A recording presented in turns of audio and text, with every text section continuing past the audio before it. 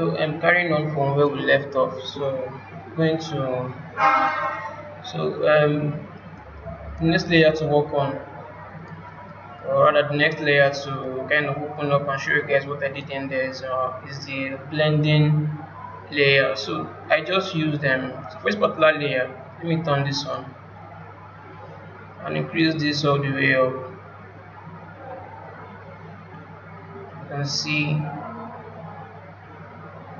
So I basically created a new layer. I did not use fill layer. I used a new layer like so.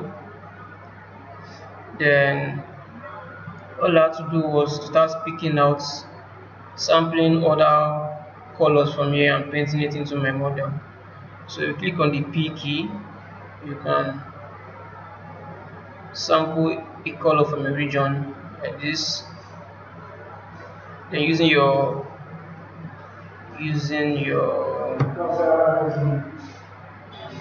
depth brush, you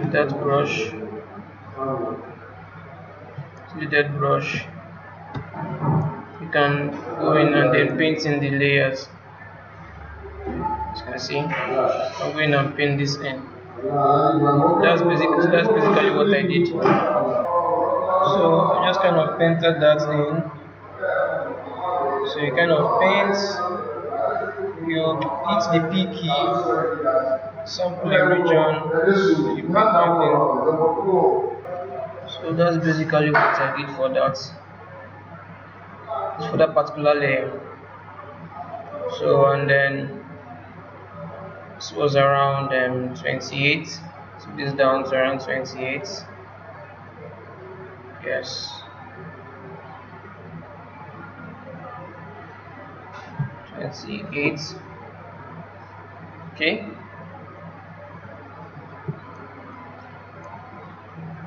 If I should increase that and show you guys, just think there's an error here, there's a mistake here.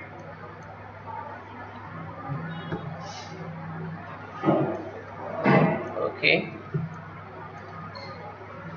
I think I can erase that off. Let me just pick a color from this region and those away.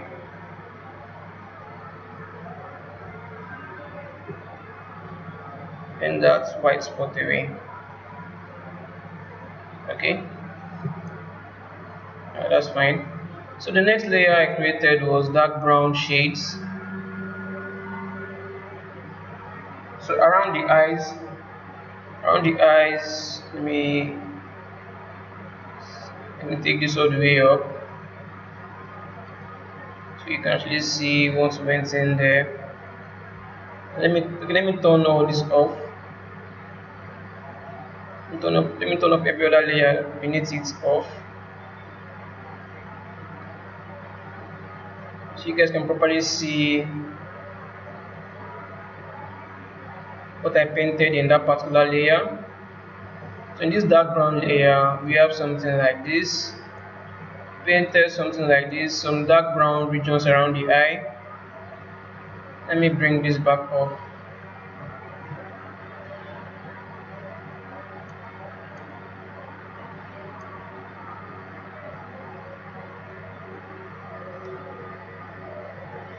So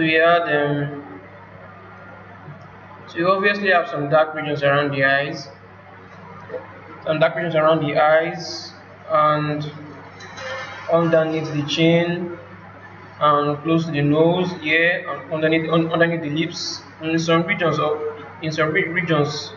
around here also, and also on the ear. So that's what I kind of used my depth brush, kind of painting more and some more brownness. It's like a dark brown material. So I painted some of those on the lips, around this part of the beneath the nose, like I said, underneath, painted here underneath also, and some parts of the neck. You can see some parts of the neck as that also, like some patches in there.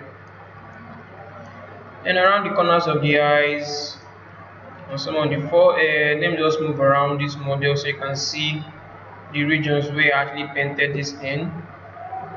Okay, So after that, so I took this down to around 68, around 68.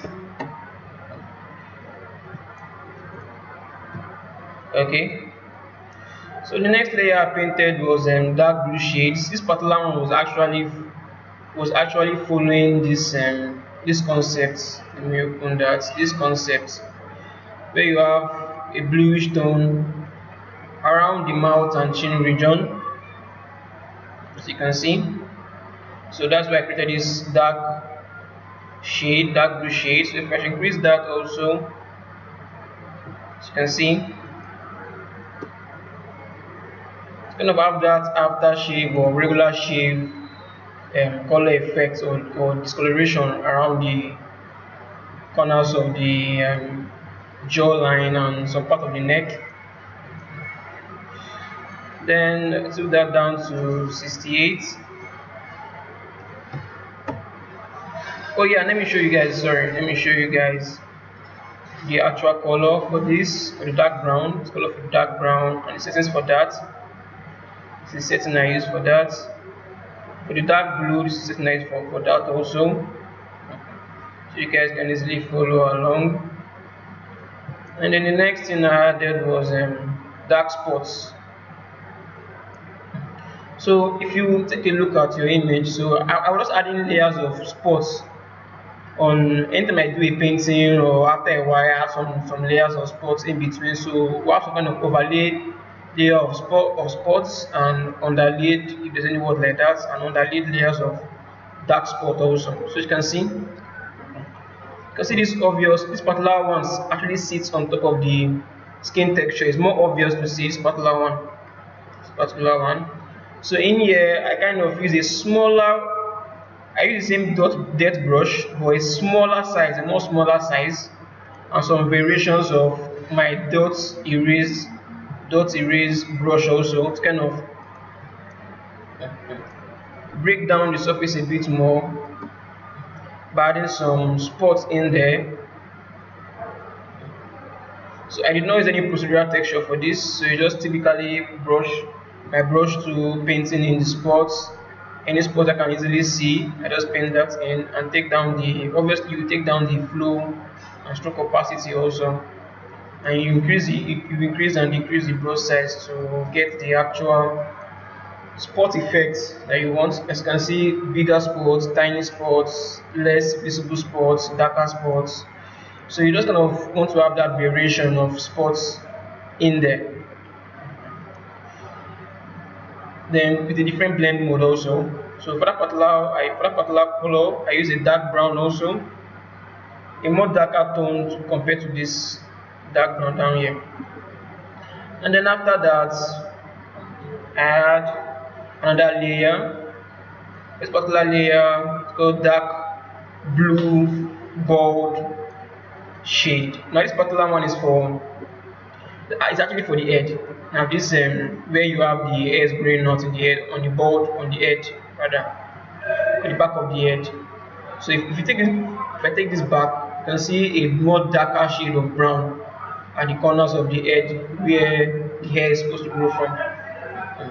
So let me open that. So I use a more darker bluish tones for that. Kind of painted out where the hair should be. So let me just move around so you guys can see this properly. You can see. So that is exactly what I did for that. Just on the bald head, for the bald head only.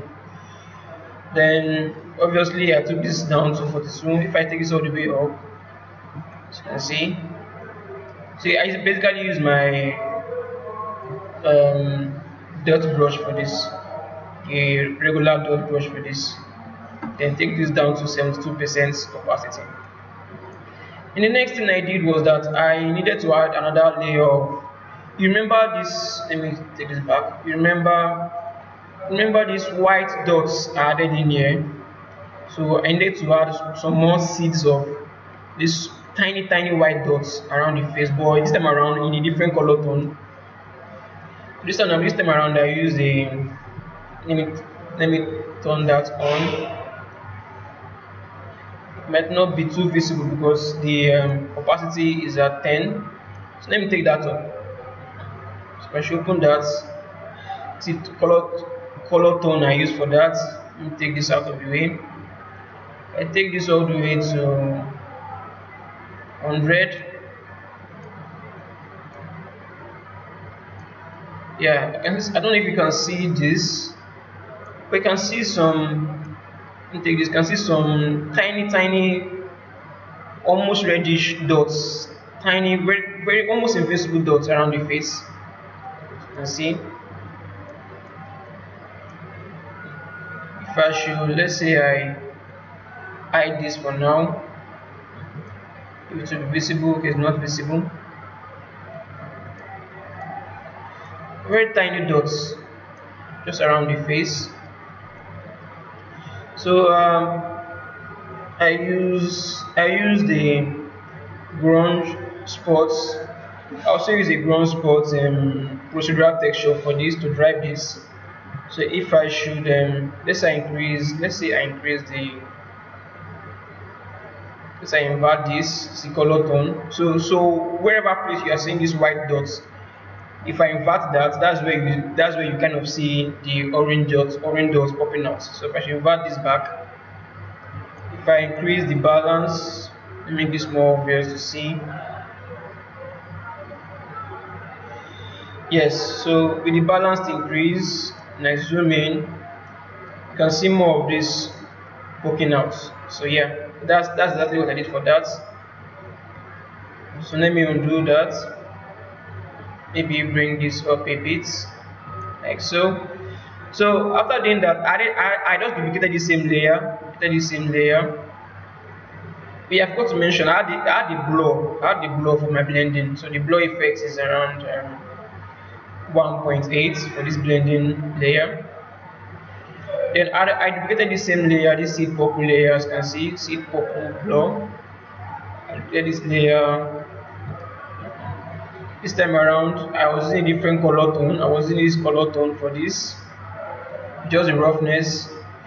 Then with another map driving this, the same grunge map driving this, but with a higher, more contrast and more balance added to it.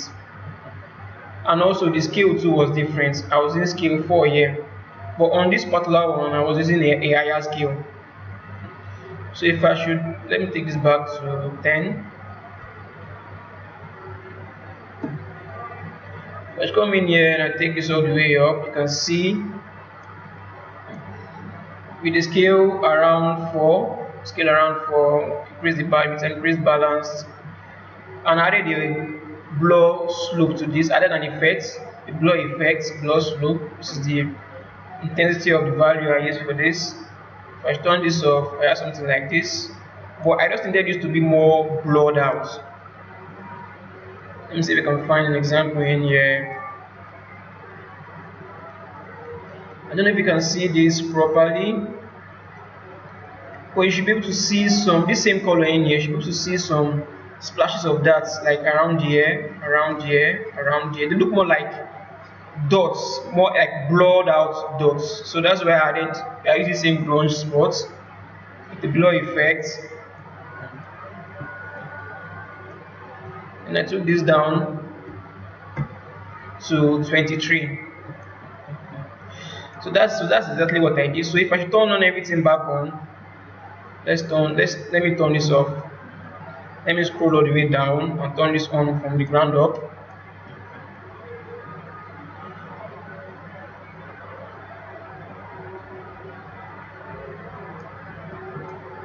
And zoom in properly so you guys can see.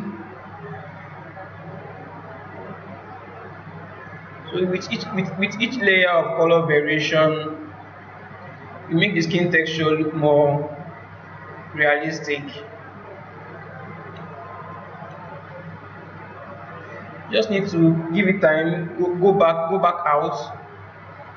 Check your reference images properly. Look at what you missed and kind of include that, and keep working your way up.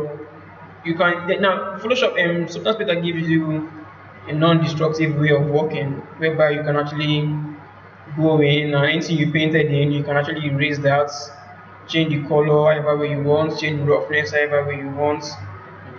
Just going back and forth until the whole textures look right. As you can see, bringing in each layer of the skin. So now the last layer I had here is my roughness. So in the next lesson, I'm going to discuss how I painted my roughness map for this particular model. So I turn this on. We have something looking like this, which gives it more life. It gives it more life, as you can see. So there's more life to this model. So in the next lesson, I'm going to show you guys how I did my roughness map.